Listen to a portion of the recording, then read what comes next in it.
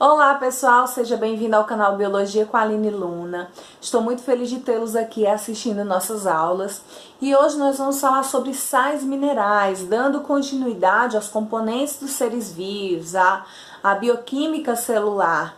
A aula passada a gente falou sobre água, que é um componente inorgânico abundante no nosso organismo, e hoje a gente vai falar sobre sais minerais, que também é um componente inorgânico.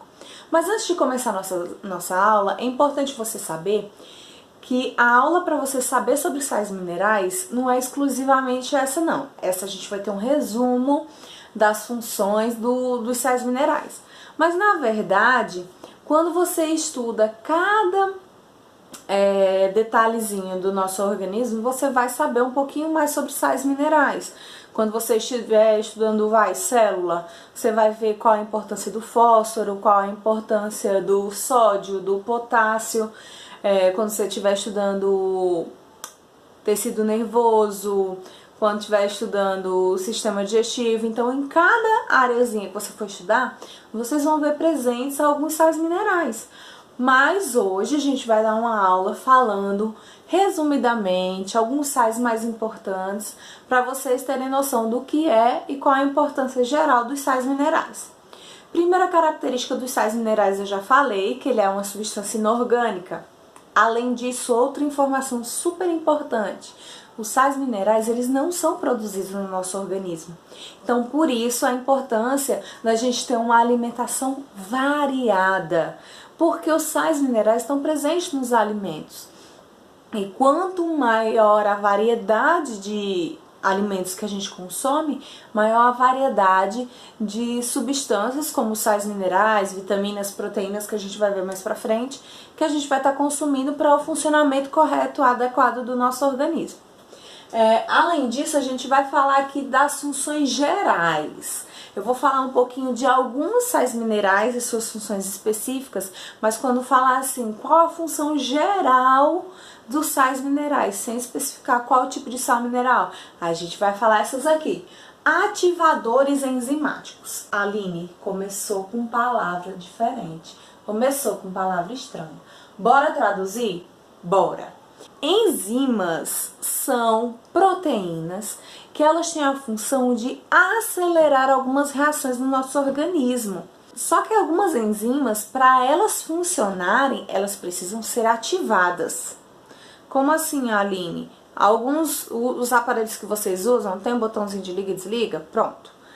Então, para essas enzimas funcionarem, o botãozinho de liga que vai fazer essa enzima funcionar é a presença de algum sal mineral. Então, os sais minerais eles têm função de ativar o funcionamento de enzimas que vão acelerar processos, reações no nosso organismo. Segunda função, ele mantém o equilíbrio osmótico. Quem já estudou ou quem não estudou, vamos rever só um pouquinho. A osmose é o equilíbrio de substâncias de água nas células.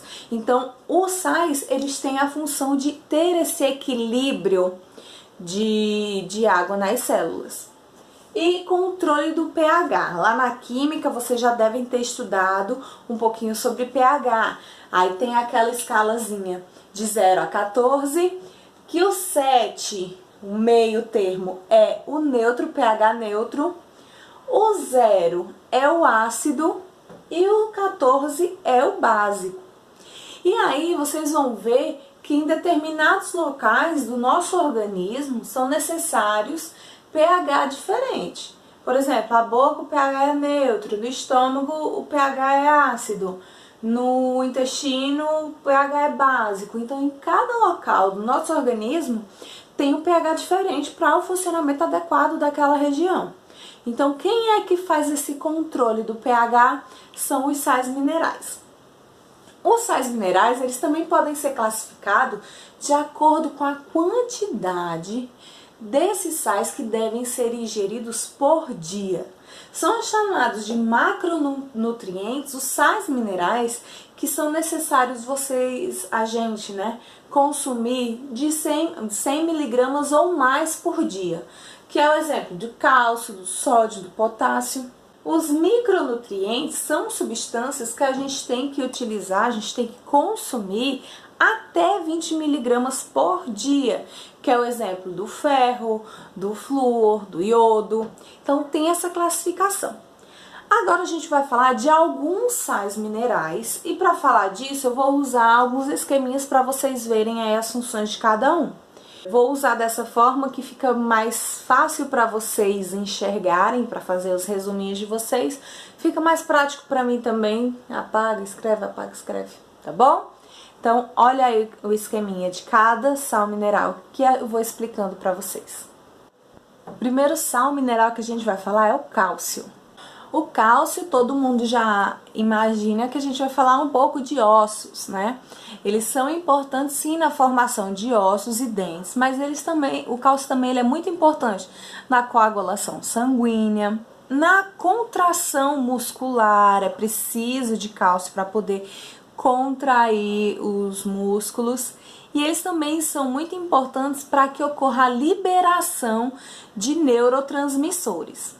Quando a gente estuda sistema nervoso, a gente vê que para uma informação passar de um neurônio para o outro, essa transmissão ocorre através de neurotransmissores.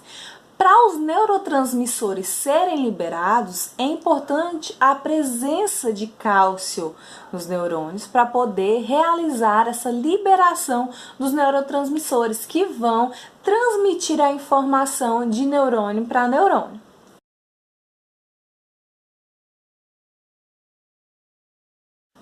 O próximo sal mineral que a gente vai estudar é o ferro. Ah, Aline, o ferro é aquele que minha mãe manda eu comer feijão, beterraba, fígado. É esse mesmo. Vamos ver qual a importância dele no nosso organismo. O ferro, ele está presente nas hemácias, que eles são utilizados para transportar oxigênio. Na ausência de ferro, pode causar anemia, anemia ferropriva. A anemia ferropriva não é aquela genética, ela é aquela que é causada pela baixa quantidade de ferro que é consumido. Se você passa a comer alimentos ricos em ferro, você consegue sanar essa anemia. Além disso, o ferro ele é muito importante na respiração celular e também na movimentação muscular. Onde é que eu encontro o ferro? No que a gente já disse, em fígado, feijão, beterraba, ovo, carnes em geral. Por isso, quanto maior a variedade de alimentos, maior a quantidade de nutrientes que você vai tendo para o funcionamento adequado do seu organismo, ok? Agora a gente vai falar sobre dois sais minerais que são muito importantes para realizar muitas atividades no nosso organismo, que é o sódio e o potássio. Quando a gente fala dos dois, geralmente a gente fala junto.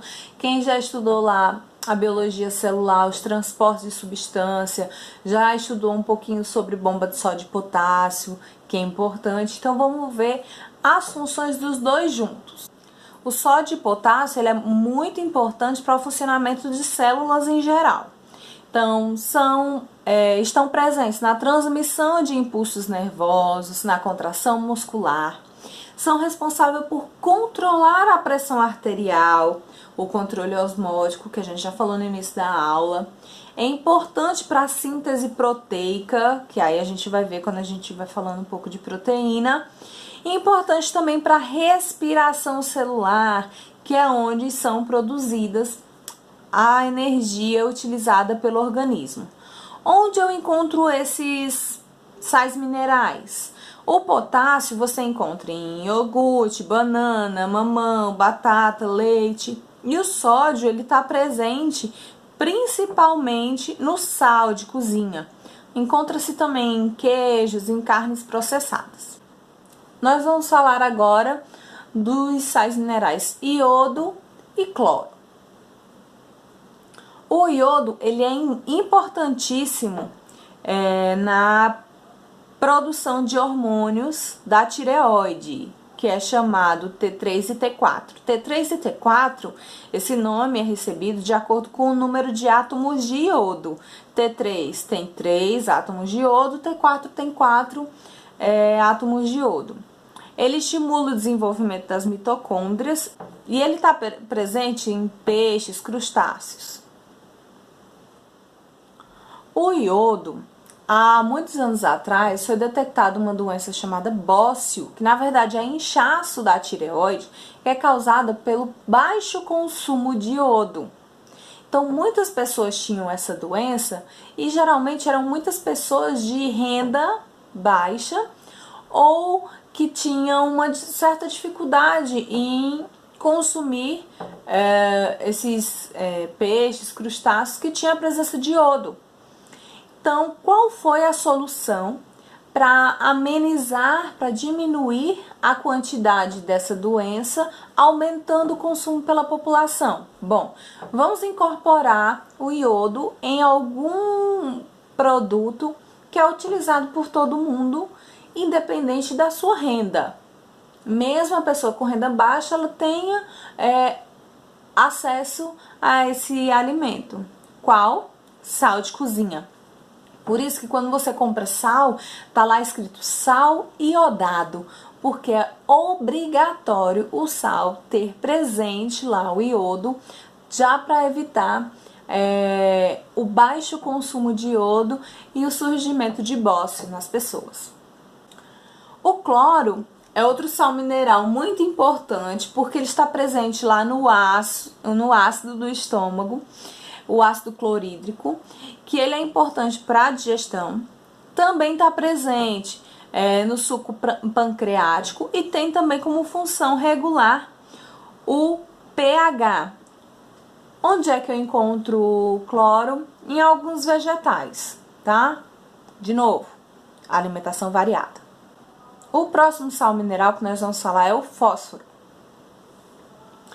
O fósforo ele é importante para os ossos, para os dentes. Quem já estudou aí biologia celular viu que a membrana ela é formada por duas camadas fosfolipídicas, ou seja, tem fósforo aí. Está presente nos ácidos nucleicos e também o ATP, ele funciona com a presença de fosfatos, ou seja, derivados do fósforo. Por isso, a importância do fósforo no nosso organismo. O fósforo está presente em carnes, aves, queijos, cereais, ovo, legumes. O próximo sal mineral que nós vamos falar é o cobalto. Cobalto ele é importante para ajudar na regeneração de células nervosas. Ele estimula o crescimento e combate inflamações da pele.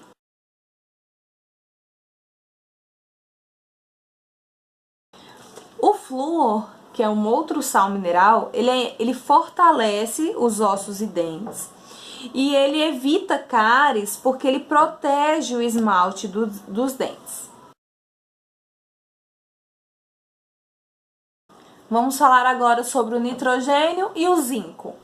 O nitrogênio ele está presente nos aminoácidos que dão origem às proteínas. Está presente também nas bases nitrogenadas de DNA e RNA.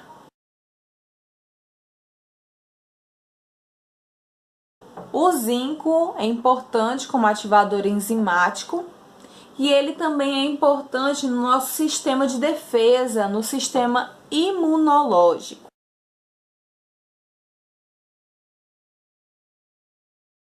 O magnésio ele é importante para as enzimas como ativador enzimático. Importante também nos ossos e nas plantas, ele é importante porque ele aumenta a quantidade de absorção de luz, possibilitando a realização da fotossíntese.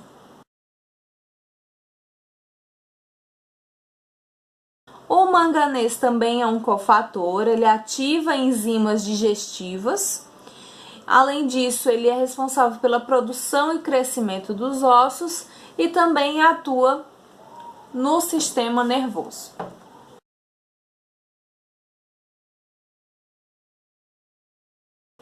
Bom, pessoal, essa foi nossa aula sobre sais minerais. Espero que vocês tenham gostado. Para melhorar a compreensão, para melhorar a fixação, vocês podem estar copiando aí. Eu coloquei dessa forma para ficar mais fácil de vocês estarem copiando, fazendo resumos. Os sais minerais vocês vão ver, no geral, quando vocês estiverem estudando célula, alguns sistemas. E sempre que vocês irem lá falar, lá nas células tem a bomba de sódio e potássio. Então, o sódio e o potássio são dois minerais, substâncias inorgânicas que nós não produzimos, então é preciso que a gente consuma através dos alimentos. Então, vão sempre fazendo essa ligação, que aí o aprendizado de vocês se torna mais efetivo. Espero que vocês tenham gostado. Compartilhe a informação, compartilhe a aula para os colegas de vocês. Se inscrevam no nosso canal, curte, compartilha, comenta. E espero vocês na próxima aula. Na próxima aula a gente vai falar sobre carboidratos, tá bom? Um grande beijo, fiquem com Deus e até logo!